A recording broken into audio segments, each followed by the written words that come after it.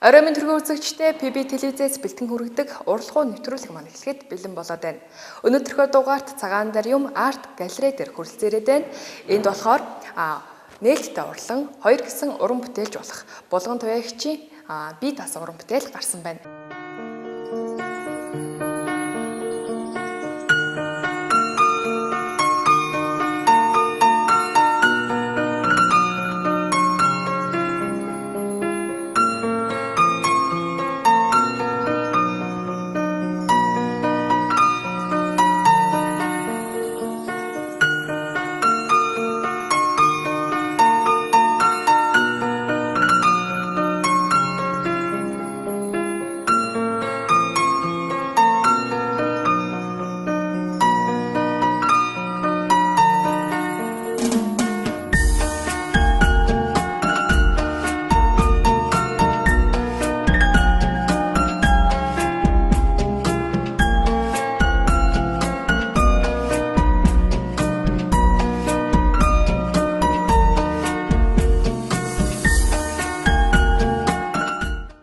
Ингээд уран бүтээлч эгчтэйгээ уулзцай бүгдээрээ.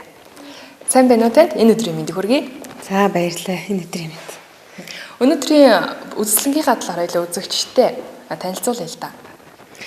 За энэ хүү үзэсгэлэн маань миний одоо 2 дахь удаагийн бие даасан үзэсгэлэн нээлттэй урлан 2 нэртэй. За би 6 онд анхныхаа бие даасан үзэсгэлэн Монголд гаргаж ирсэн. Тэгээ энэ удаад энэ хүү үзэсгэлэн одоо тайлан маягаар үзэгчдэд ингээд хүргээд өчигдөр нээлттэй хийчихэд ингээд байж байна. Тэгээ энэ хүү үзэсгэлэнд маань миний эрхчлэн сүүлийн үед бүтээгдсэн бүтээлүүд бол голлон зөнхөлж тавигдсан. За нийт нэг 50 гаруй уран бүтээл бол тавигдаад байна. За сэдв төрлийн үед бол бас 2-3 чиглэлийн одоо бүтээлүүд бол бас тавигдсан. За 13 онд бол би шинэ одоо цуврал бүтээлүүд дээр ажиллаа. Хүслэн эмх нэртэй юм цуврал коллекц бүтээлийг бол хийсэн. Сэтгэлгээний чиглэлийн юм бүтээл бол хийж одоо энэ үзэсгэлэнд бол шинээр бас хүмүүстэй танилцуулаад хийж байна. Анхны уран бүтээлүүд нь нэр нь нээлттэй урлан гэсэн нэртэй бас байсан. Нээлттэй урлан 2 гэсэн байгаа ч үү тийм. Анхныхаа үзэсгэлэн яг нээлттэй урлан гэж нэрлэж ирсэн. Манай энэ том охин маань нэрийг олж өгч ирсэн. Тэгээд би бас бэлгшээгээд ер нь одоо угаасаа уран бүтээлч хүний тийм ээ урлан тийм ээ тэр уран бүтээлч хүний ертөнц бол ер нь үзэгчдэд хүмүүст тийм бүгдэд ер нь гоё нээлттэй гоё ил тод сайхан үргэлж ингэж хурж байгаасаа гэсэн хэлдлэр бол сугсан. Тэгээд шинэ удаагийнхаа 2 дахь үзэсгэлэнгээ бас яг энэ нэрээр бас дахиад нэрлээд одоо 2 гэж тодтолгоор явж тийм цуврал болгоо явж. За илүү үзэгчдэд бол уран бүтээл сонирхол л да. Энэхүү арт байгаа бүтээл байна. Сэтгэл 7 гэсэн бүтээл байна. Энэ нөгөө цуврал бүтээлийг тань бас. Тий, сэтгэлгээд нэлээд хэдэн бас цуврал байгаа. Энэ 12 онд хийгдсэн бүтээлүүдийн нэг. Энэ сэтгэл 7 бол 12 онд хийгдсэн. Тэгээд яг энэ хүү бүтээлийг харахад бол хүмүүст одоо мэдээж бас их таатай мэдрэмж төрөх байх гэж би бодож байгаа уран бүтээлч байна.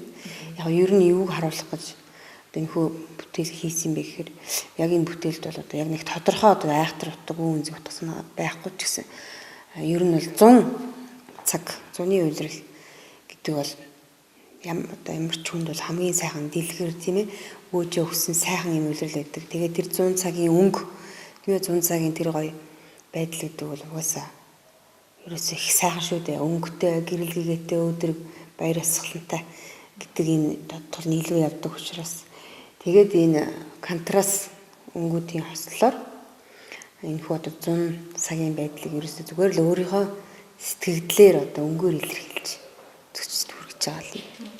Одоо үзэсгэлэнд болохоор 3 сэдвээр уран бүтээлээ гаргасан байгаа гэсэн. Ямар сэдвээр гаргасан бэ? За ихэнхдээ ер нь миний нэг дуртай хийх чиглэл болох юм. Хийсвэр чиглэлийн бүтээлүүд тавигдсан. За мөн бас одоо Монголынхаа бас энэ сайхан байгалаар аялж явж их хугацаанд бас дадлагаар оюутнуудтайгаа явж их бүтээ хийсэн юм. Тийм судалбар зургууд тийм за тэгэл мөн одоо зурж байгаа натюрморт энтрийг бас их зохиомжилж яахан сэтгэлгээний тал руу оруулж хийсэн иймэрхүү бүтээлүүд одоо ол цогцолж байна. За энд байгаа бүтээл нь бас хүслэн 4 гэсэн нэртэй бүтээл байна. 2013 онд гарсан бүтээл байна тий. За энэ 13 онд хийгдсэн миний одоо шинэ цуврал бүтээлийг та бүхэн харж байна. Хүслэн 4 гэд. Тэгээ яг энэ дээр би нэг өөрөө нэг санаа олсон юм л да. Яг нэг өрсөд бас сүмд бол яг бас зарим тохиолдолд уншигдахаар байгаа. Өнгөө хувьд бол баялаг. Тэгээ энийг нэг юм яг дугуй юм уу гэхээр бас дөрвөлжин юм шиг тий. Дөрвөлжин одоо юм уу гэхээр дугуйч юм шиг үргэлж одоо мөнхөд үргэлжлэх гэсэн ийм утга агуулгадж байгаа. Яг үгүй бас нэг айхтар гүнзгий утга санаа байхгүй ч гэсэн мэдээж энэ бол одоо нэрнээс нь уншихад ерөнхийдөө бас тайлал нь гарч болохоор тийм ээ. А гэхдээ бас асуулт байж хүмүүс яагаад энэ хүслийн юм болоо гэж асуухаар тэгэхээр яг үгүй одоо хуваагддаг хуваагддаг тоонд би энэ төрсүүдийг авч сонгож хийсэн. Тэгээд гол нь энэ өнгөнд тулгуурлаад ийм абстракц ерөнхийдөө бол абстракц зохиомжтой. Тийм. Яг үйл ойлгохдогч бус тэгсэр нэ бас яг шууд ойлгохдогч бус юм үүлэмжтэй байна л да. Тэгээд ер нь бол угаасаа энэ тэнцвэр тэгшхэмтэй. Тэгээд дээр нь баялаг өнгөтэй үүлэмжтэй. Иймэрхүү илэрхийл гарсан. Иймэрхүү өнгө төрслөл харагдсан. Иймэрхүү зохиомж болсон. Тэгээд яг хүсэл гэдэг бол хүний угаасаа хязгааргүй тийм ээ. Ямар ч хүсэл ээж бол нэг баг янз янзын зорилго тавьсан. Тэгэхээр яг мэдээж уран бүтээлч хүний хүсэл мэдээж зааргүй чамд явна. Тэгэхээр угаасаа ингээл үргэлжлээл өшөө миний бүтээл өшөө гоё аривжиж дуусшгүй, төгсшгүй, бас дээр нь тайлбардшгүй гэсэн юм л одоо. Ансах шиг үү? Тийм. Тий. Гэсэн маягтайгаар энэ бүтээлүүдэд цуврал бүтээлүүдэд нэрлсэн нэлээ юм шинэлэг болж хүсэн гэж би бол бүтээлүүдэд харж байгаа л да. Бас бүтээлүүдийг хараад тэ зөвлөгөө өгөх ч юм уу, шүүмжлэх тийм зүйл бас байдгүй. Анхнийд нь бас багш гэх юм бол. Тий, миний багш чинь зураач Соднон Цэрэн гэдэг профессор хүн байгаа. Төртгөлгийн дэд сургуульд 4 ангийг төгсгсөн юм сайхан багш байдгийг. Тэгээд багш маань бол яг уран сайхны ойлголтыг бол бидэнд тийм ээ надад бол маш сайн зөв ойлгуулж, чиглүүлж ингээд зөв хандлагатай болгож өгсөн байдгийм аа. Тэгээд гол нь мэрэгжлийн уран бүтээлч хүн гэж ямар байх ёстой вэ? Тийм ээ? Ер нь уран бүтээлч хүн ямар байх ёстой вэ?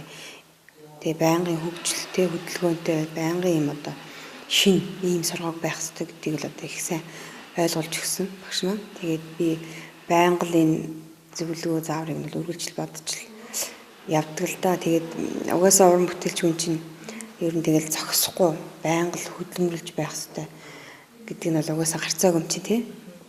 Тэгээд багш маань ер нь яг анх юуг нь тавьсан. Тэгээд миний яг бас хамгийн дотн зөвлөгч анхны үзэгч юм уу да. Манай гэр бүлийн хүн байгаа. Тэгээд бас зураач. Гэхдээ яг чиглэн жоо өөр. Гэхдээ өөрөө бас уран зургийн анги төгссөн.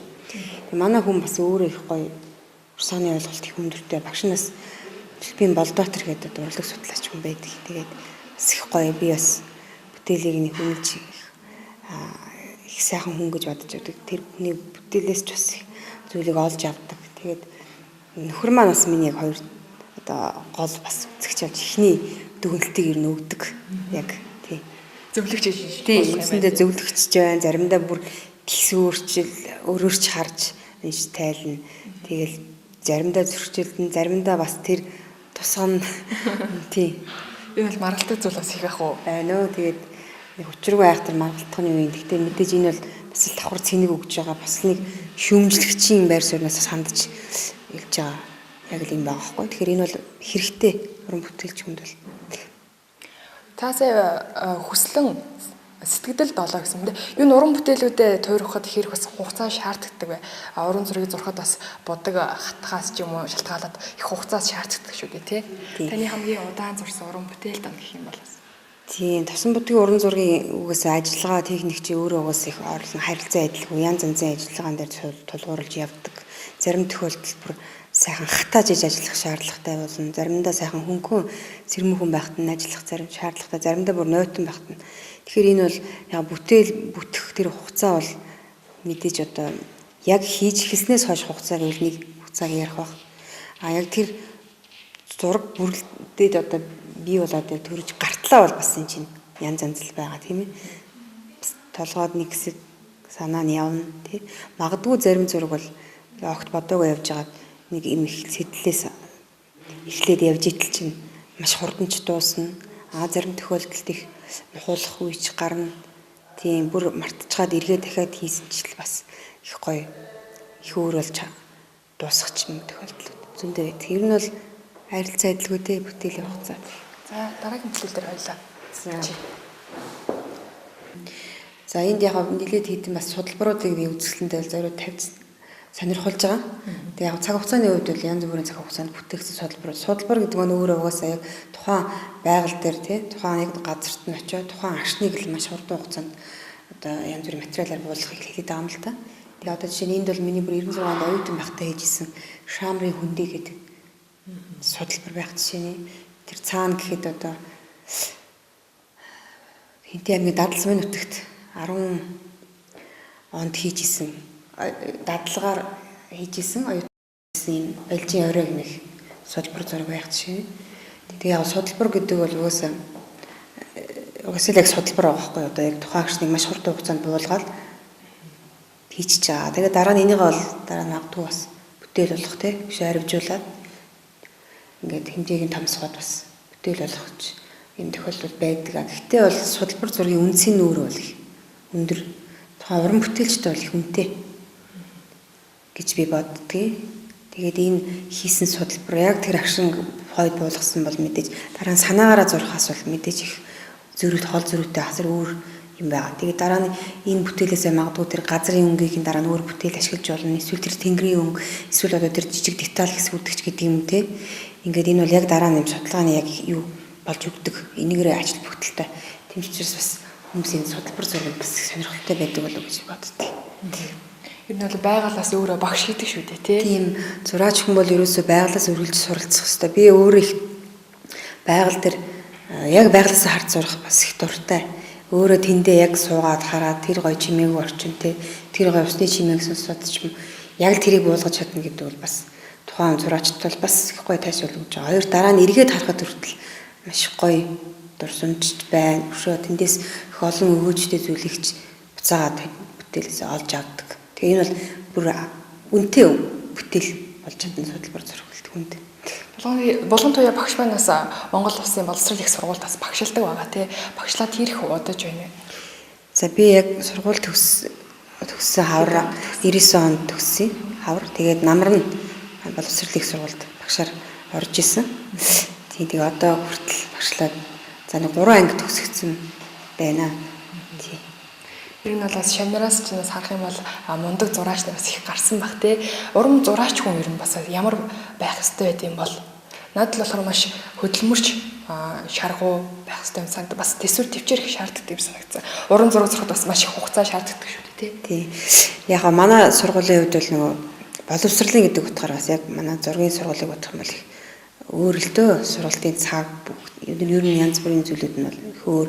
Яг одоо дагнан уран бүтээлч бэлтгэн гэхэд бол бас жоохон хэцүү.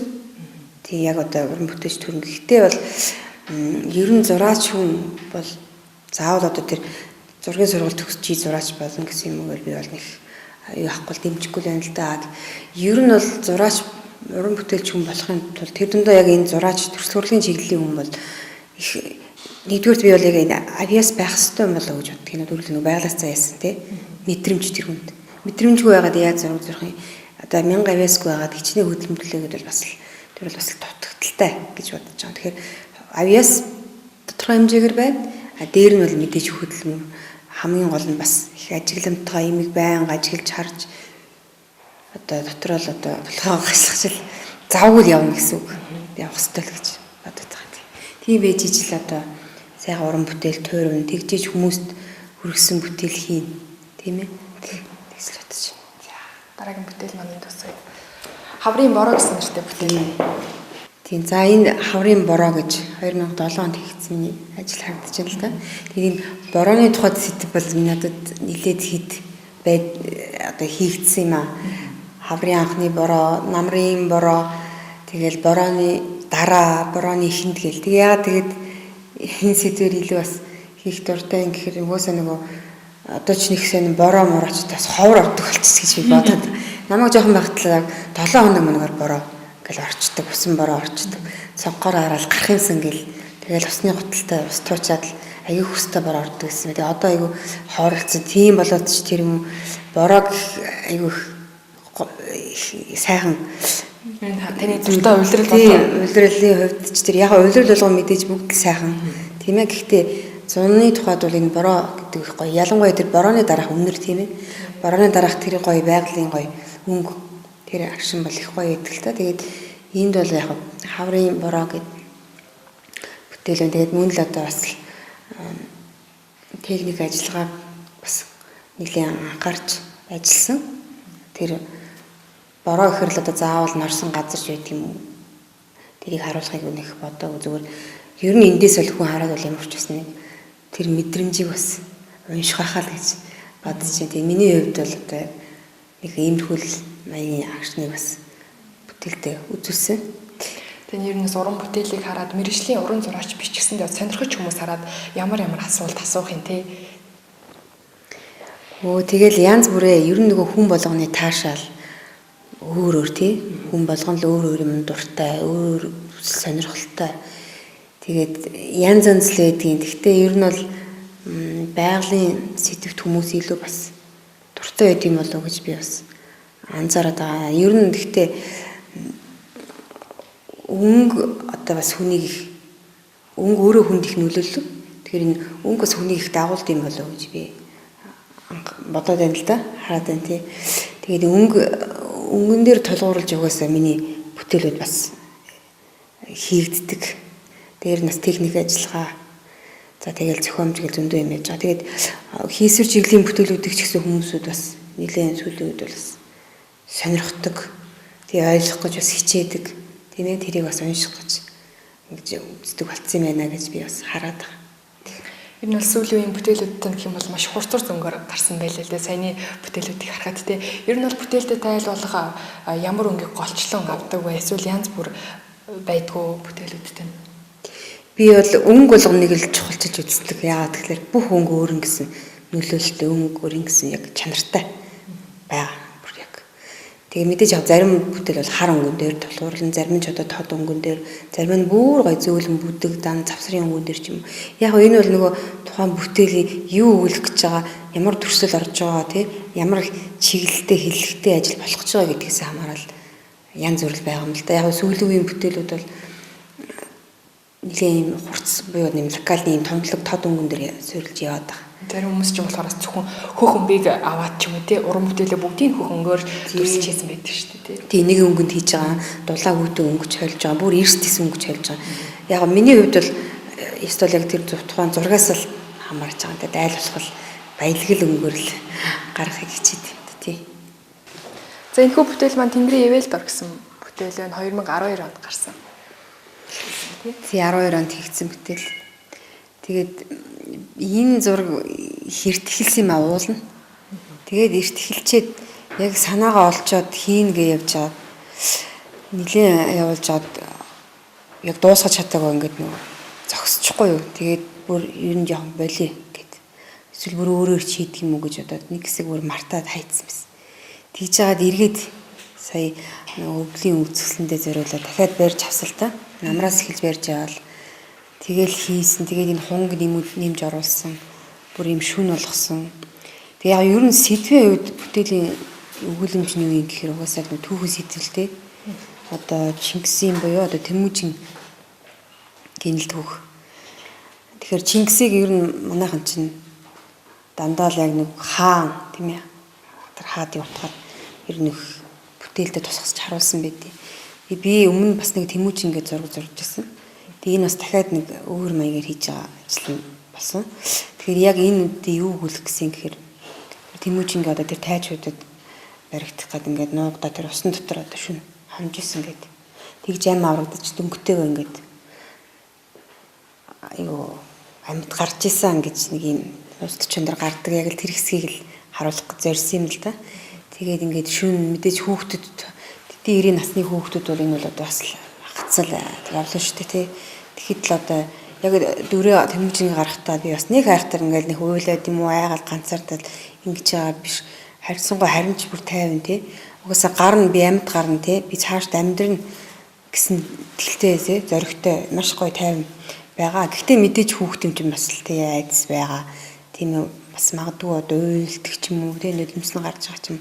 Ер нь олон юм бодсол доо тэгээд энэ эцэг эхийн тэнгэрүүд тэгээд энэ хүнийг ер нь энэ мөнх тэнгэр бол ивэлдэ авчвал энэ хүнийг энэ хэцүү зовлонгоос ямарчсан тий гарсан өшөө цаашаа амьдрсан туулсан бүгдийг байгуулсан өөрийнхөө түүхийг үлдээсэн тэгээд энийг л одоо яг энэ тэр хэцүү үедээ л энэ хүү тэр амьдралын философи бол үндсэндээ ерөөсөө яг энэ үедээ л бий болсон болов ингэж л хатуужч зоригдчих тийм ээ ингэж л ухаацсан болов л гэж бодож л энэ хүү бүтээл дээр энэ хэсгийг бол харуулах гэж хичээсэн. Тэгээд энэ шөнийн энэ голын ирэг дээр байгаа л тэмүүлжингэл энэ бүтээлээс л хүн харж байна. Тэгээд яг энэ хоёр юу цагаан хум бол яг нөгөө Брэдүүд чинь нэг хум харуултаа гэж одоо нэг эцэг тэнгэр ээж эцэг их хоёр нь ер нь хэд хамгаалж байгаа гэсэн утгатаар бэлэгдлийн маягаар зүгээр яг бас зохиомжинд хэрэгтэй гэж бодож ингэж оруулсан. Уран бүтээлч хүн бас уран бүтээлээ туурахад судалгаа их шаарддаг шүү дээ тий. Та энэ хүү бүтээлээ гаргахад бас хэрэг судалгаа шаардагдсан бэ? Завсарсан гэж хэллээ л дээ тий. Хизэнээс эхэлж бас зурж ихсэн бэ. Тий.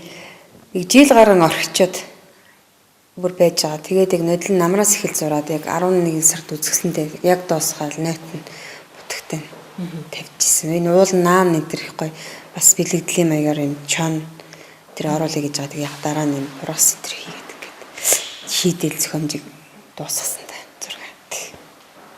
За энэний дараагийн бүтээл нь бас Ану хатан гэсэн бүтээл байна тий. Ер нь шинэ ажил тий. Шинэ ажил маань байна. Тий одоо яг ер нь бас киноч гарчлаа. Тийм ээ бас хүмүүс тодорхой хэмжээгээр энэ хатныг тийм ээ энэ түүхэн хатныг ерөнхийдөө бас дүрийг бол хүмүүс тархиндаа сэтгэлдээ бол буулгасан. Одоо би энэ зураач хүний хувьд бол бас энэ хүнийг бас нэг өөрийнхөө маягаар одоо тэр дүрийг гаргая гэж бодоод энэ хүү бүтээл хийсэн. Тэгээд яг одоо нэг одоо жирийн энэ чинь эмэгтэй л хүн шүү дээ. Их хүн. Тэгээд мэдээж эмэгтэй хүн гэдэг бол зарим тохиолдолд бас нэг арчаагүй юм шиг хэрнээ яг хэрэгтэй үед ч юм уу те илүү төвчээр тесвэртэй байдаг гэж би боддог аахгүй.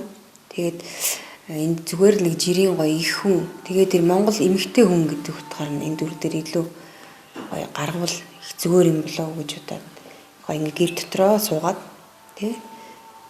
Одоо за энэ баатрын хувцас өмсгөл ч юм уу одоо заавал дайдаж байтж байгаа үедээ ч биш тийм ээ. Зүгээр л ингээд гоё жирийн байж байгаагаар нь гоё гэж дүрийг гаргуул их зүгээр юм болоо гэж удаж хийсэн. Дүрийг гаргахад бас хэрэг хугацаа хийж Ану хатан гэх хүмүүс Ану хатан гэж ямар хүн байсан бол ямар царайд хүн байсан бол гэж бас боддог шүү дээ. Хүн болгоно л өөр өөрийн одоо дүрийг бол төсөлж байгаа шүү дээ. Би ч бас л төсөөлсөн. Гэхдээ яг миний бол нэг иймэрхүү байх бол гэж бодож байгаа. Мэдээж тухайн үед бол нэг сайхан жаргаад ч юм уу одоо яасан ч юм байхгүй л байсан баг. Гэхдээ бол энэ хүн бол бас баярлж гойнж тийм ээ тэмцэж явсан гэдэг утгаараа л хүмүүст илүү буух байх. Тэгээд миний хувьд бол Ану хатан гэдэг эмэгтэй маань ийм л бүсгүй ийм л эмэгтэй Монгол эмэгтэй юм аа гэж л харуулах гэж хичээж гаргасан. Тэгээд яг цаана би зүгээр зохиомжинд хэрэгтэй гэж бодоод тэр зориуд тэр Баатар гэдэг хүнийг тий Баатар эмэгтэй хүн байсан шүү гэдгийг бас тэр ном саадаг хоёроор бас арын фон маягийн оруулж ингээ хөнгөн шийдэж гаргаж өгсөн. Тэгээ мэдээж эмгтээлгүй юм чинь гоё л чимэг зүүсгэлгүйгээр ямар яаж байж болох вэ тийм ээ. Тэгээл гоё ийм малгай залгаа ерөөсөө хий гэж өшөө гоё ийм толгойн чимэг энэ төр хий гэжсэн. Ерөөсөө нэг илүү бод санагдаад яг л ийм энгийн маягаар л илүү гоё хүрхийг сансан. Бас энэ үзэсгэлэнд Монгол хатан гэсэн бас хөрөг зураг гарсан байсан тий. Ер нь бол та Монгол хатдаг бас зурагтаа судалгаа хийж үндсэн дээр зурх уу эсвэл өөрийнхөө бодлоор хийсвэрээр уран бүтээл хөрөг гаргадаг уу? Тий, мэдээж яг оргуу хоосноос бий болно гэж юу яах вэ? Мэдээж бас янз янзын хүний нүур би ч одоо ингээд явж байхдаа янз янзын хүний царайг ингээд бас хараад ажиглал явдаг. Тэгээ яг энэ хүний их нүд их гоё сонин нүдээ шүү. энэ хүний хамар, энэ эмэгтэй хүний амруулна ийм хүү байвал гэл би чи бас нэг хэсэг хаттын дүр зурж ирсэн юм. Монгол эмэгтэйчүүдийн дүрийг нэлээд хийсэн. Тэгээд их гоё юм блэ эмэгтэй хүн гэдэг чинь угаасаа ерөөсөө одоо яг нөгөө манайхан чинь төгс гэж ярьдаг штэ төгс биш юмаг төгс биш гэхдээ л нэг тийм гоё эмэгтэйлэг нууцлаг уйдсгүй эмэгтэй хүн байдаг. Тэгэхээр энийг л гоё гаргая гэж бод одоо дандаа хичээдгэлдээ дөрүүдтэй. Тэгээд яг хоосон дүр бол биш. А гэхдээ бас яг бодит одоо шууд хүнээс хараад хийсэн дүрүүд бол бас биш. Аль аль. Тэр нь бодит хүн зурж ирсэн үү? Зарим хүмүүс ч юм болохоор өөрсдийнхөө хүүхдүүдийг ч юм зурсан байдаг шүү дээ. Өө зурлгүй яхаа би охиноо зуржсэн натурын тэр зөндөө зурдаг. Яг тэр бол одоо шууд хараад л зурчиж байгаа юм. А яг энэ бүтээлийн чанартай энэ дүрүүд бол өөр судалгаанд тулгуурласан. А тэгээд миний өөрийн хийсвэр одоо дүрүүд тий санаанууд гэж. Өнөөдрийн урлагийн нэвтрүүлэгт манай урагдан оролцож уран бүтээлээ танилцуулсан Булган Туяагчтай баярлалаа. Ингээд таны ажилд өндрөөс өндөр амжилтыг хүсье. За их баярлалаа. Танай телевизийн хамт олонд ч гэсэн бас амжилт хүсье ажлын. За баярлалаа. За баярлалаа.